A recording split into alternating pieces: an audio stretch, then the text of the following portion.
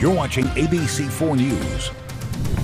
Welcome back, everyone. A new diversity report provides a snapshot of racial, ethnic, and gender disparities here in our state. Mallory Bateman joins us from the University of Utah's Kempsey Gardner Policy Institute. And then we've got Mikkel Moore from Intermountain Healthcare. Ladies, thanks so much for joining us today. Very exciting new information that we want to talk about. Mallory, let's first talk about this data, kind of first of its kind, how it all came to be and why it's so important. Yeah, so the Kempsey Gardner Policy Institute was commissioned by some local business leaders to look into these issues that have been really prominent throughout the past year.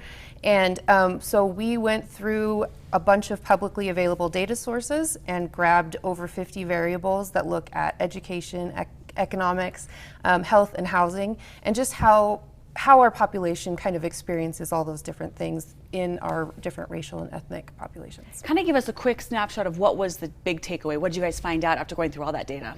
We found out it takes a lot of conversations to make a book like this happen, and we were really rigorous in our analysis of the data, of picking which variables.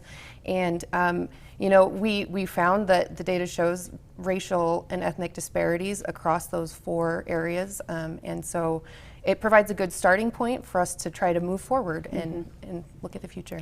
Mikkel, let's talk about this starting point. I know that Intermountain Healthcare has been focusing on this for quite some time, even before this data was in your hands. So kind of talk about what you've already been doing and what this information kind of helps you to continue to do. Thank you. This data is really unique because it allows us to look at these 4 areas all at the same time. Health, income, education, and housing. And we've known that there are disparities in health outcomes for quite some time. And we've been working to address those. And what we've come to learn is that some of the health disparities we're looking to solve in terms of incidence of diabetes or the way mental health conditions persist, or even vaccination rates between different race and ethnicity groups or different populations, oftentimes the root issues have very little to do with health care, but lie in someone's ability to earn a living wage or have a safe house or access to education or educational attainment.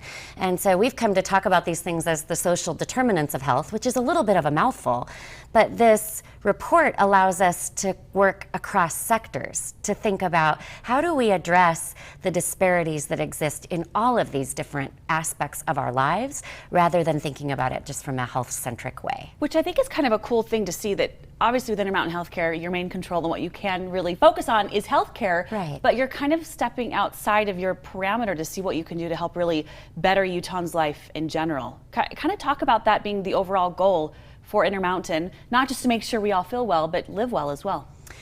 Thanks. I'm so glad our mission speaks to you in that way, because we all are experiencing our own health and well-being every single day. Whereas we might only go to a hospital or a clinic once a year, maybe never to hopefully, a hospital, hopefully. Right? Yeah. And so we like to joke that if we're really good at helping people live their healthiest lives possible and think about the ways they can live healthy, go to school healthy, work healthy, then we can put ourselves out of business. And that is our objective.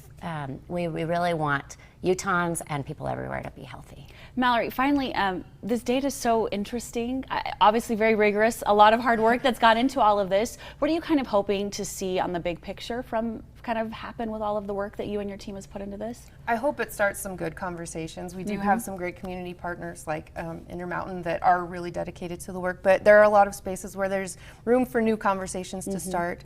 And so, leaning into our leadership in the state and different experiences that are kind of promoting looking into these issues, I think this can provide an opportunity for more of those conversations to begin. Well, ladies, we so appreciate you joining us today, taking some time to talk about a very important topic that I'm sure we will continue talking about as well. We do want to remind you that ABC4.com has a link to Intermountain Healthcare's website. So much good information waiting for you right there, and we'll be right back.